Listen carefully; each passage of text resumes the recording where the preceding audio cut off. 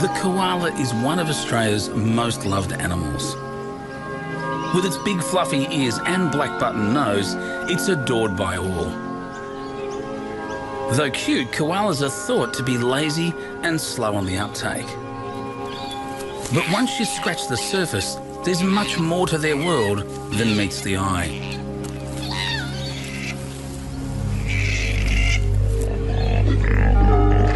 Communication, conflict and even deception occur inside the usually secret world of a koala colony. With that world becoming ever more fragmented from urban encroachment, it's a society that is now under threat. 200 years ago, millions of koalas lived across Australia's eucalypt forests. Today, an estimated 50,000 remain. There's a turf war going on, and the koalas are losing.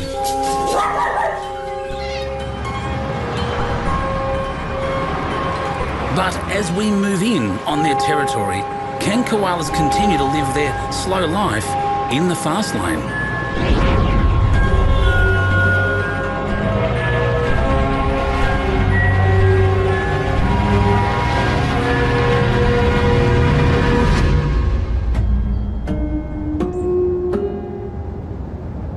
Brisbane is a rapidly expanding city.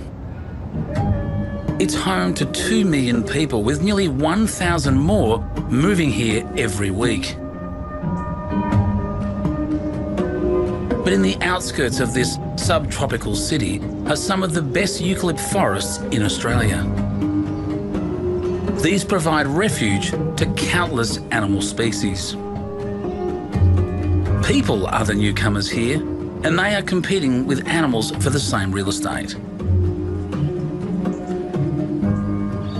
On a typical Brisbane morning in July, residents go about their daily business.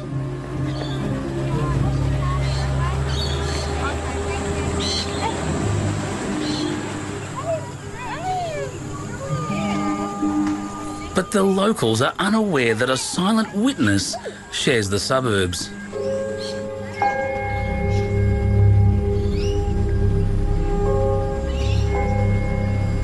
A female koala has also made this neighbourhood her home. This is the boundary where the world of people and koalas collide. Inside these small urban pockets of forest, koala society can be a place of high drama.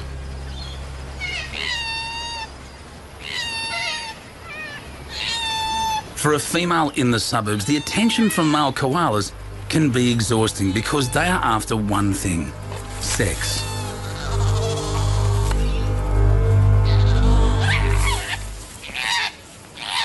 The female is not interested and does her best to reject the young upstart.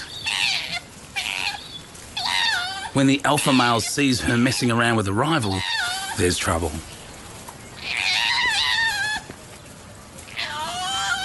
Weighing in at a burly 10 kilos, this alpha male is the strongest, most powerful koala in the colony. He has earned his place through sheer brute force. And now he's coming to flex his muscles. He makes sure the rival male is put back in his place.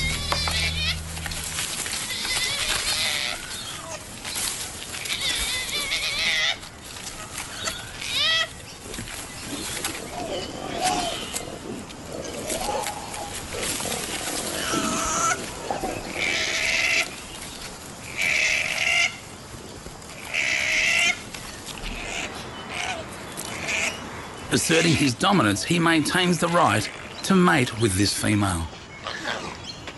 The loser retreats to the sidelines. Dominance can change quickly. It's a fine line between being today's alpha male and tomorrow's outcast.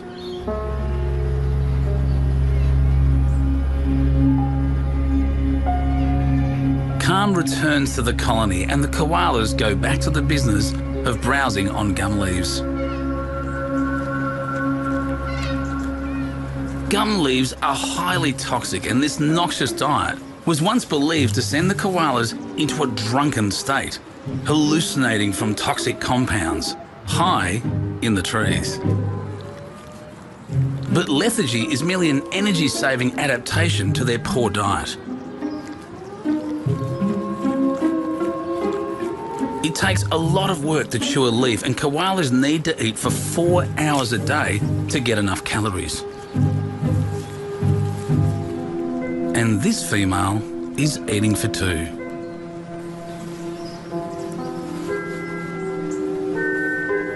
Nestled in her pouch is a 6-month-old Joey who occasionally ventures outside.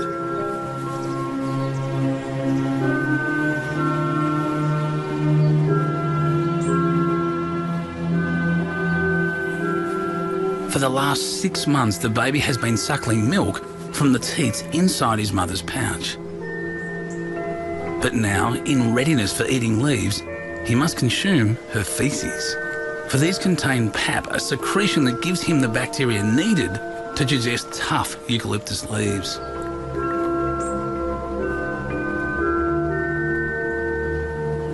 The Joey is keen to explore his new world.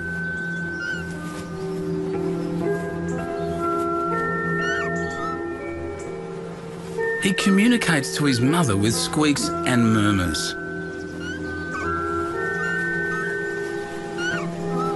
He will stay by her side until he's a year old.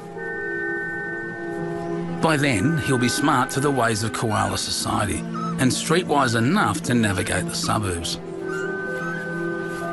But for now, he must be content with hanging out on Mum.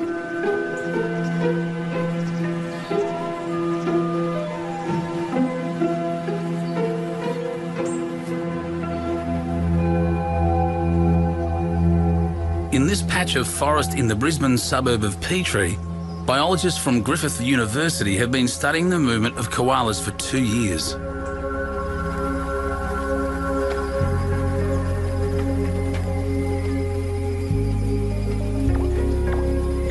Catherine Dexter and David Black want to understand the social dynamics within a koala colony that's surrounded by the suburbs.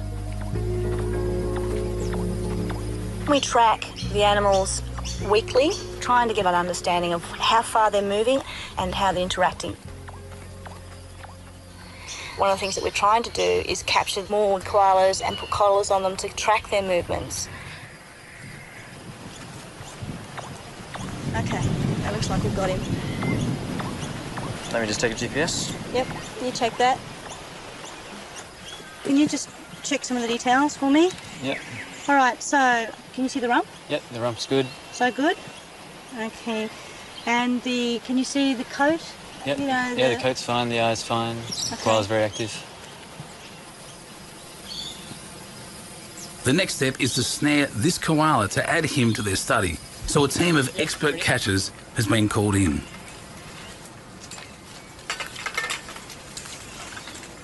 They use a pole to coax the koala down from the tree.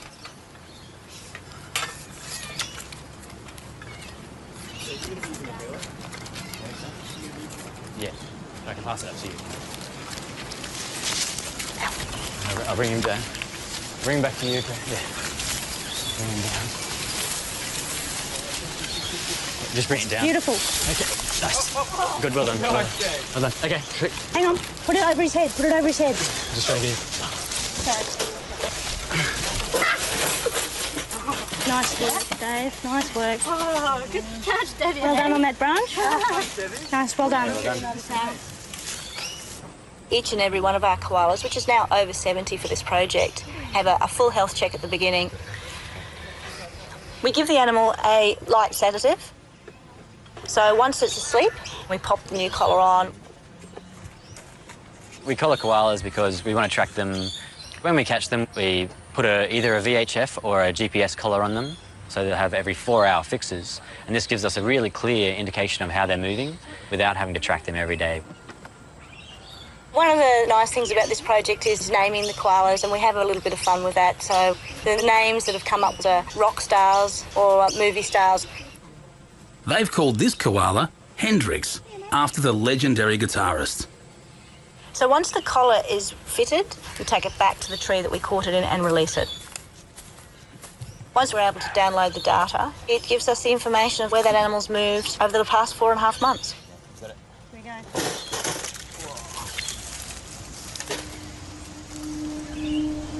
Good luck, fella. For me personally, to be involved in a project like this, which is going to have major outcomes, road mitigation, that's enormously satisfying. It's now September and change is in the air. It's the start of the breeding season and the alpha male is restless. His testosterone levels are rising and he's staying close to the female. The rival male keeps his distance because he doesn't want another fight. But there's movement below. An outsider has entered the colony, so the alpha male decides to investigate.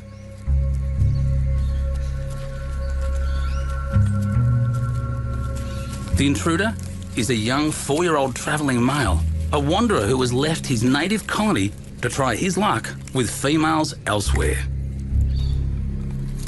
But he's not welcome here. When there's conflict, koalas talk to each other to avoid a fight.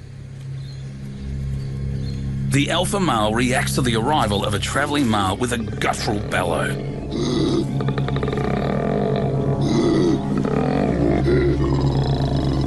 It's his way of saying, "I'm the boss, get out of my territory." And the intruder replies, "Yeah, make me." But the alpha male is having none of it. He bellows harder.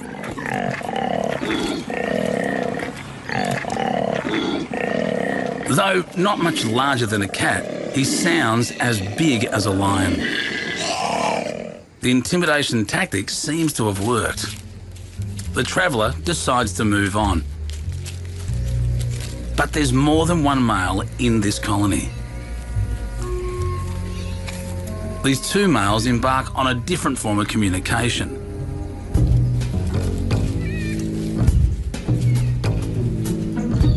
First, the traveller smears his scent on the tree, hoping this odour will intimidate the other males and attract females. Adult males have a scent patch on their chest which they use to mark their territory.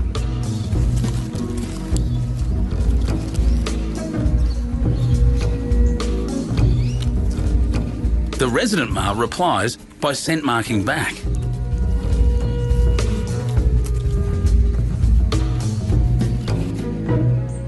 Once the traveller catches a whiff of the resident male's scent, he realises retreat is probably the best option.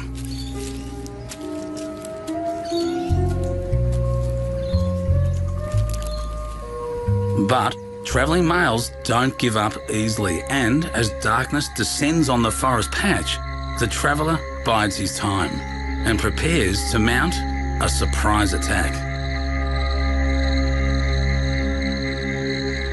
Under the cover of night, the travelling male returns to the colony to challenge the alpha male to a duel.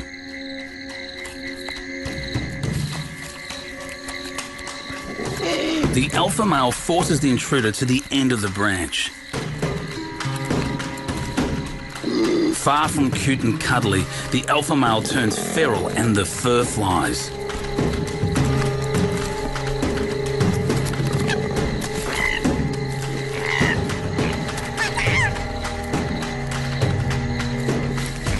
"96% of all male-to-male encounters result in both males backing off, but not this time.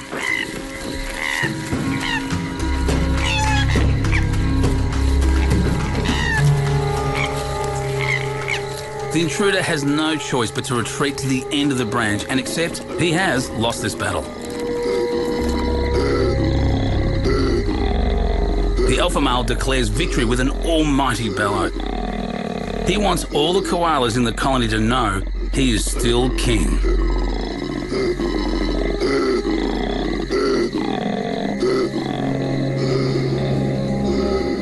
Similar battles for koala dominance are being played out in patches of bush throughout Queensland suburbia.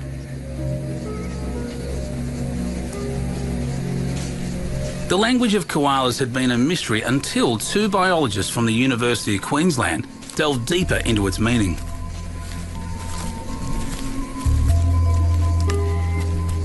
In order to crack the code of koala communication, Dr. Bill Ellis and Dr. Sean Fitzgibbon conduct an unusual experiment. The koala social system seems to be a lot more complex than we might have otherwise thought. The question really was, who are koalas bellowing to? Are they advertising? Are they trying to ward other males off? What exactly is going on with koala bellowing? Yeah, we've got one, Bill, up here. We were attracted to this particular spot because we heard a bellow. It seemed like a useful tool, recording an individual's bellows and playing them back to find out under what circumstances a koala might respond to a bellow. For this experiment, Bill and Sean are joined by British acoustic biologist Dr. Ben Charlton. The idea is to play back the guttural calls of male koalas to a female and compare her reaction to each. The first sound played is the bellow from a small male koala. This is going to be playback one, and it's going to be a small male.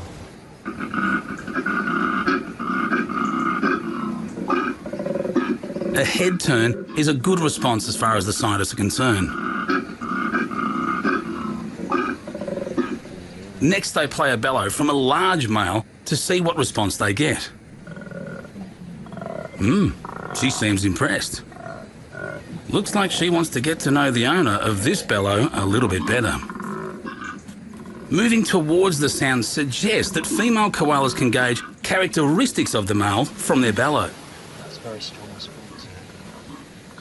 We are pretty sure now that the bellow is an individual signature of each male. There's components in the bellow that indicate how big the male is. And so we think that probably females are able to select large individual males simply by their bellow.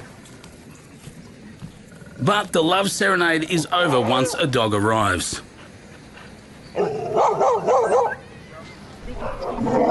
Self-preservation is more important than curiosity and romance. Koalas are found almost exclusively along Australia's east coast. 200 years ago, koala habitat was abundant, but today it is so fragmented that koalas cling on in isolated pockets.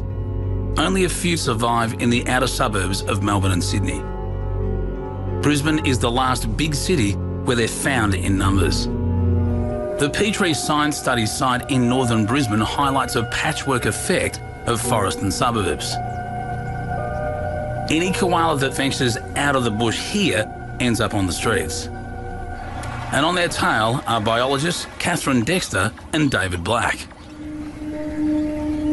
We get them sitting in people's backyards where you just wouldn't think that they'd want to live.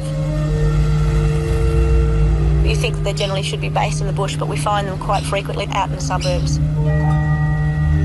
They've ranged quite away from where they should be.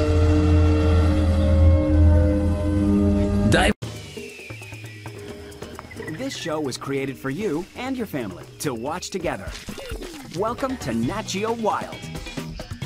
It has been collecting home video footage from residents who've come into contact with koalas in the suburbs. And some of what they've seen is rather bizarre. I really find it fascinating how the koalas are relating to the suburbs. I've seen koalas in backyards where dogs have killed koalas before. Really heartbreaking. In the suburbs, we see really strange behaviours. You'll see them in really strange trees and going through backyards of houses. There's so many risks that they're taking to go into this suburban environment.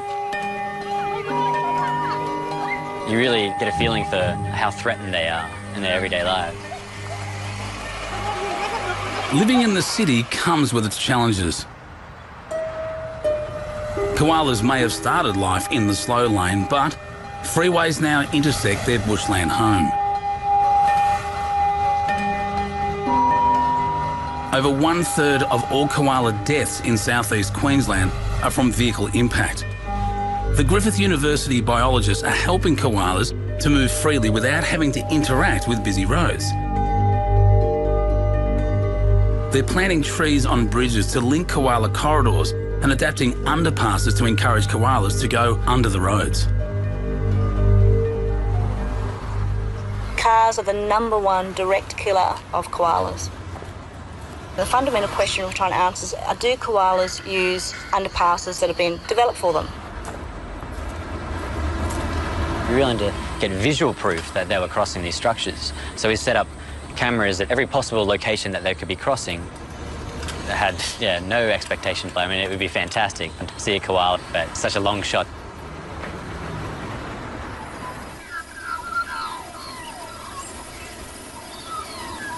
It's early morning in the colony and the koalas are in no hurry to join the rush hour. Mother and baby are enjoying their tucker. Now 9 months old, the joey spends much of its time eating gum leaves. He carefully sniffs each leaf and stalk to avoid the most toxic. Koalas have a keen sense of smell and are quite finicky about which leaves to eat. The joey still relies on his mother for milk and will regularly pop his head back in the pouch for a drink.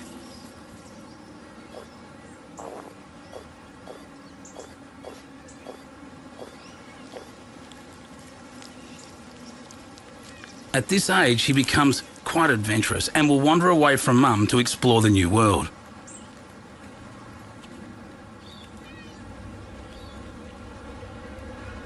But there are many scary sights and sounds nearby.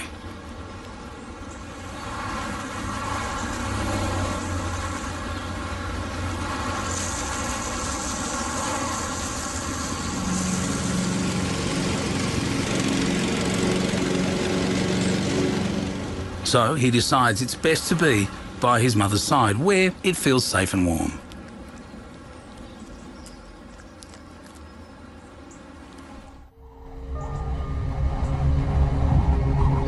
By late spring, storm clouds are brewing.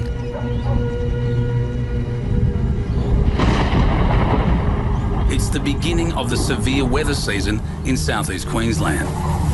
This time of year, 100 millimetres of rain can fall in a single day, drenching the koala colony.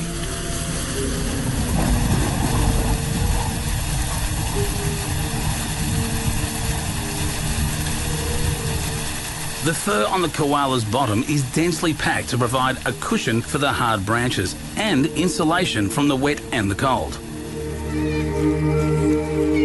Once the rain stops, mother and joey need to eat to make up for lost time.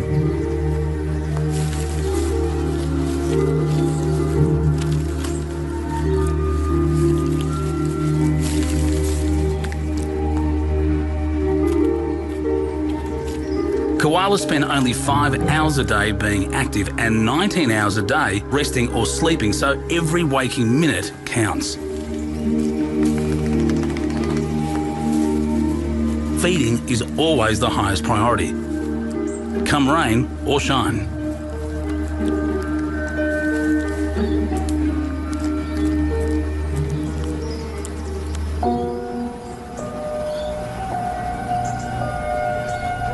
As the sea of suburbia spreads, the koala's habitat is reduced to small islands of bush.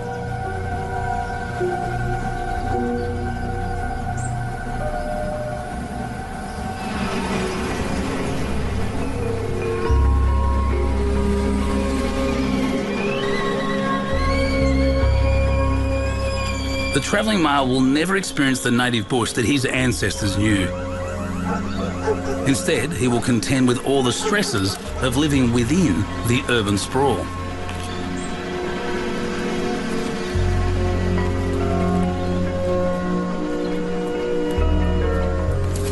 Travelling koalas are known to roam for up to 10 kilometres to find another colony. But in suburbia today, the remaining gum trees needed for food can be few and far between. And to make matters worse, the travelling male has unwittingly stumbled into another male's territory.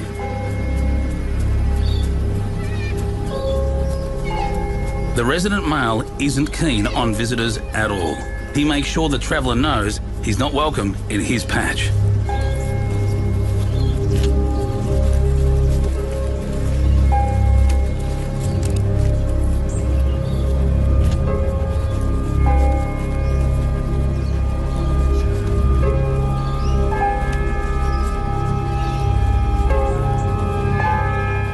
The rules of the jungle still apply even in an urban jungle, and males must confront each other to sort out the pecking order.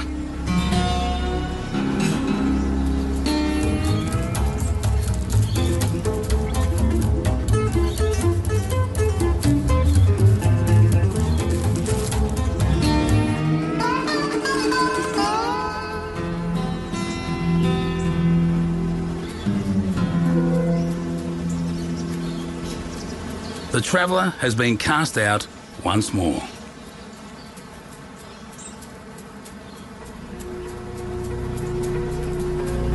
He crosses the creek to get away from the occupied territory. He's not particularly elegant in the water, as his body is actually designed for climbing trees, but he can dog paddle his way to safety. He's persistent for good reason. While alpha males dominate in size, chances are the traveller will find females by stealth, if he can sneak under the radar. Biologists Catherine and David have often seen territorial disputes play out amongst the koalas that they've been studying.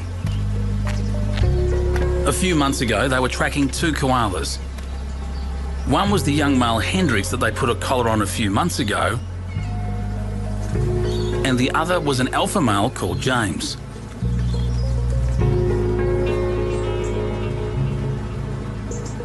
Their pecking order was very clear. James had access to the best trees and was preventing Hendrix from using them. Then everything changed. James became diseased and so was caught and taken to an animal hospital, where he remained for 2.5 months. While James was absent, Hendrix took over his territory.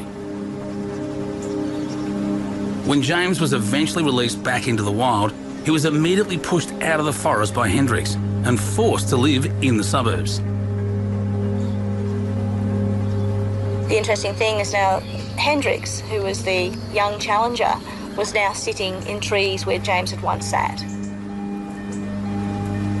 Obviously James had to find somewhere else to go.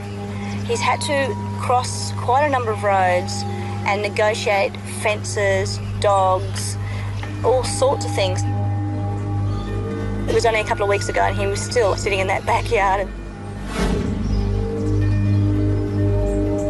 The significance of this discovery is that it shows how quickly colony dynamics change when a dominant male is removed or incapacitated by disease. And disease is something the biologists are seeing more and more of. Chlamydia, the predominantly sexually transmitted disease, is rampant in the koala populations across Queensland. Now it appears mighty Hendrix has succumbed.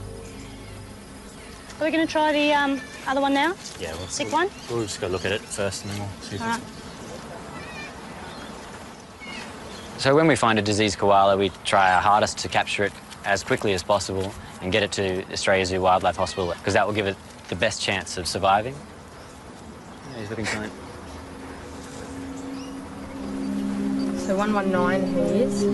It's a pretty distressing situation because you become attached to those animals and you know that you have to do something about it. I just sort of give his mouth a look, just give him a general quick check over. Should be We check the condition of the animal, check the coat, the eyes. Oh, his breathing and his... I think that was at 94. The other thing that we do is a body score, and that's done by checking the back at the shoulder blades there, making sure that there's a nice sort of thickness in the muscle there, and that generally gives you an indication of how healthy that animal is. Lucky for Hendrix, he was found to have only a mild case of chlamydia and was treated and returned within a fortnight before James had a chance to re-invade his old stomping ground. Left untreated, chlamydia can cause conjunctivitis and blind the animal.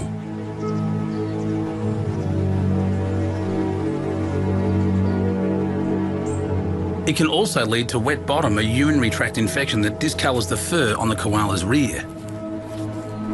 A new vaccine for chlamydia is being trialled, and it's hoped that this will reduce the spread of the disease. Chlamydia often spreads through the koala population by sexual activity. But regardless of the threat of disease, when the female is in estrus and in the mood, there's little stopping treetop romance.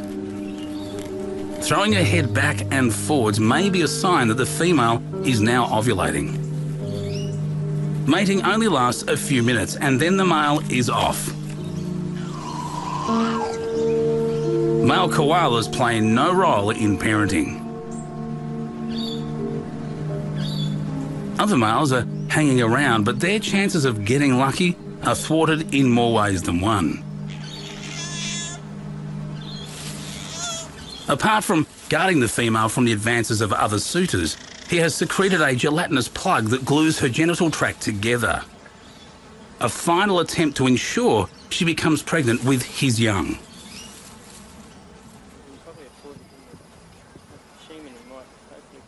The breeding habits of koalas are being studied by biologists Dr. Bill Ellis and Dr. Sean Fitzgibbon. And recently they made an important discovery. The surprising thing that we found was that large resident males within the population were only siring about 50% of the offspring. You had these transient males that tended to come and go, and lo and behold, it was these transient males that were siring the offspring at our site. Yeah, so I wonder if the other boys know you're here, Hank. Yeah, a few pouch young around. He could be the proud owner of some of them. The transient or travelling male is important for maintaining genetic diversity, especially in areas where overcrowding and inbreeding occurs. This is one of the big problems for koalas in the suburbs. At Coomera on the Gold Coast, a new suburb has been built around a small remnant of bushland. In this forest patch, as many as 15 koalas live inside an area that would normally support only a few. Bill and Sean studied 6 of these koalas and followed their movements for 4 months to see how they were affected by overcrowding. Like Catherine and David's study, they found males were being pushed out of the forest and onto the surrounding streets. There's just not enough space in there for the koalas that need to live in this area. Now, if there's that many koalas crammed into a small area, they're under a lot more pressure, which explains why in some of these crowded, isolated fragments, we do see a lot of disease.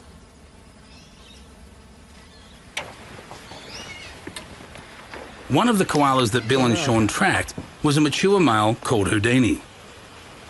So this is where we were earlier. You can see he's definitely come through one of these fences. Houdini occupied a small patch of trees between a road and some houses and then tried to move into the central bush area. But it was already crowded, so the resident male koalas prevented Houdini from entering not once, but 4 times. So Houdini was forced to settle for a life in the median strip. Briefly it looks like, but by and large he's just hanging in that tiny little patch there. Yeah. Koalas obviously have a really complex social system, and I think there's no doubt that what we're doing in their environment is breaking that system down. The joey is now a year old and getting too big to carry for long. He's becoming increasingly curious and is happy to wander away from mum to explore for hours on end.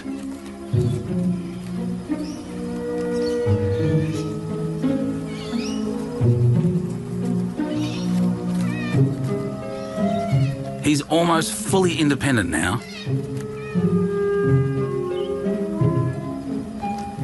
His mother is not producing milk anymore and won't suckle him again. So he has to rely on gum leaves, but he's not yet that good at getting them down his throat.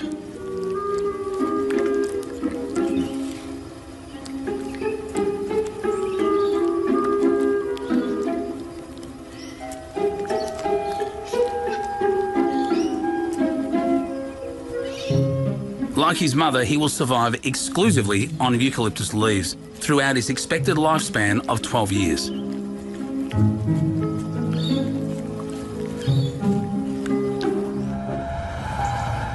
4 kilometres away from Petrie is the Bruce Highway. It's the main freeway in Queensland.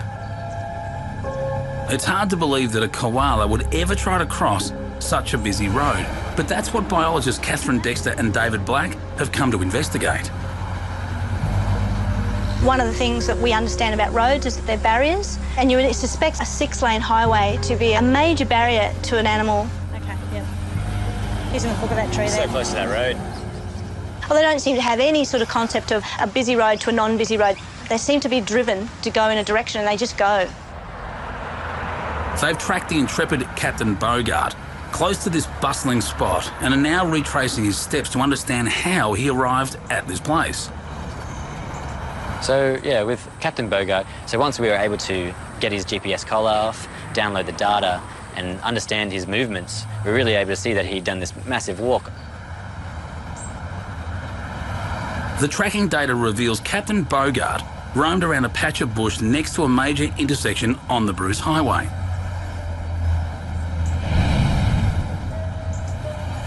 Then he went over a busy overpass going to and fro, crossing it no less than 5 times.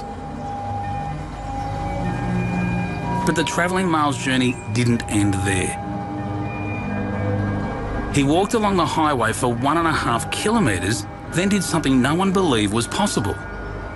He crossed the highway, all 6 lanes of it. This is a truly amazing feat for a tree-dwelling animal. When I first saw this, I couldn't believe what was happening. I was like, that's just insane. We didn't think that they would try to cross a 6-lane highway. I don't think anyone's ever seen that sort of interaction with roads and major roads, and how lucky he's been to actually be able to survive all of that. 2 months ago, Catherine and David installed spy cameras inside a local underpass to find out whether koalas were using it. Today, they discover the results. So I got the images back from our tech guy, Rob. This is like all the images of the underpass using the Scout Guard cameras. Okay. The first one. Oh, yeah. Ibis? Yeah. Very nice. Koala. The quality is actually really good. Yeah, it's not bad. Something at night. Wallaby. It's a yeah, wallaby. you can see its tail there. Holy. I think It's definitely a koala. Okay. Go next. Oh my God.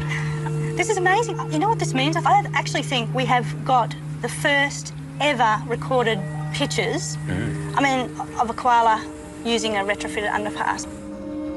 Now that we've actually have confirmation, we can start retrofitting other areas where we know koalas are crossing. The work that we've done is going to have some really long-term implications for koalas to allow them to be able to live in harmony with people.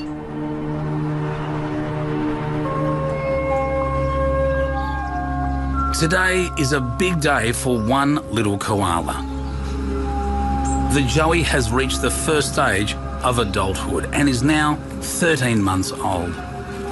His mother lets him know with a friendly bite that the time has come for him to stop relying on her.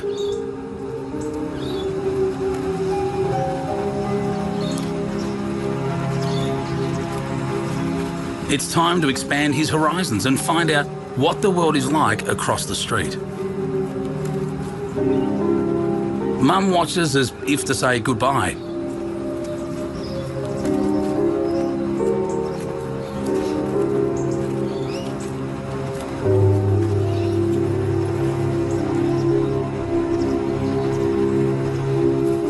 He'll remain within his mother's home range for at least the next year. Not used to navigating his way at street level, he stumbles into a backyard. It's a strange place with exotic plants and alarming sounds.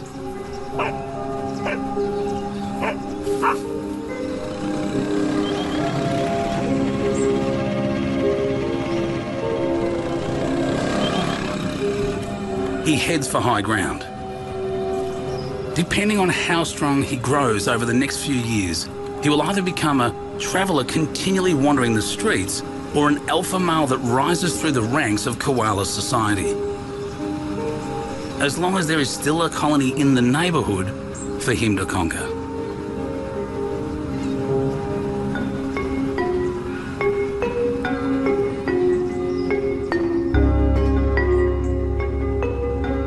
By the end of summer, the koala's mating season is drawing to a close.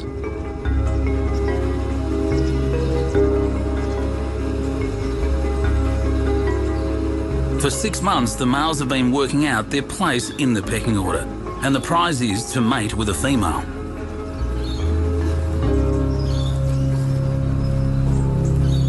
But the alpha male stays close to her, and his intention is clear.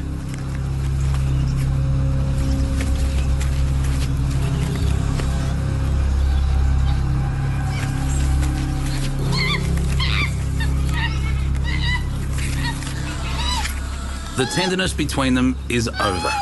Now that she's pregnant, she's no longer interested in sex, and she's taken to rejecting him.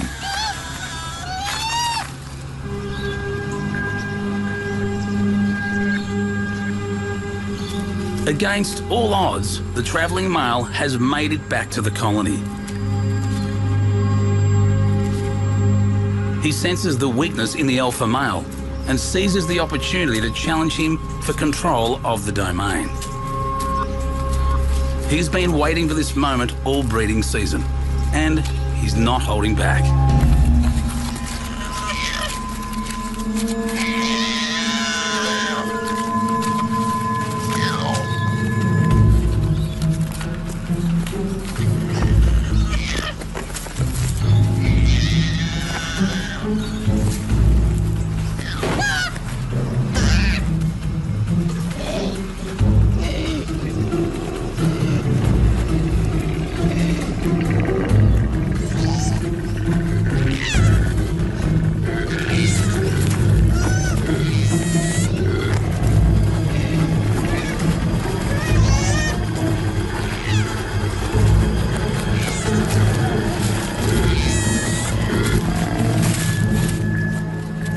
The alpha is forced to relinquish his dominance to the new champion. The traveller has triumphed at last. He's earned the right to mate with this female.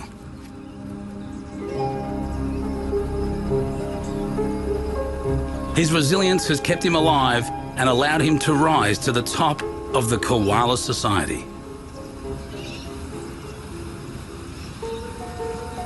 Only the toughest survive life in suburbia. Koalas have adapted to the changes that we humans have created. But with fewer wild stretches of koala habitat left in Queensland, urbanisation is the reality koalas will face.